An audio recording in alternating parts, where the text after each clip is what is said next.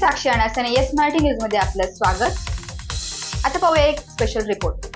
येवल्यातील लाचलुचपत प्रतिबंधक विभागाची एकाच वेळी 2 ठिकाणी कारवाई।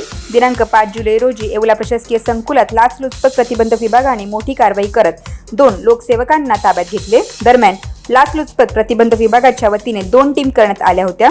पहिल्या मोठ्या कारवाईमध्ये शासकीय कामाचे बिल काढण्यासाठी एका शासकीय कर्मचाऱ्यांनी तक्रार केल्यानंतर पंचायत समितीचे बीडीओ मच्छिंद्र धस यांना लाचलुचपत प्रतिबंधक विभागाने ताब्यात घेतले आहे।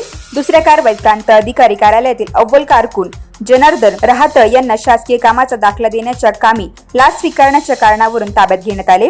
दरम्यान एकाच वेळी 2 पथकांनी ही कारवाई केल्यामुळे जिल्हाभरात चर्चेचा विषय झाला असून येवला पुन्हा भ्रष्टाचार अव्वल ठरतो की काय हा सवाल आता निर्माण झाला आहे।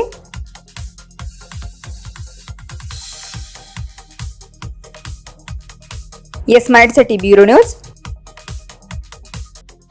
अशाच प्रकारच्या ताज्या घडामोडींसाठी yes Marathi news YouTube channel share करा, सबस्क्राइब करा, लाईक करा आणि पाहत राहा येस मराठी न्यूज।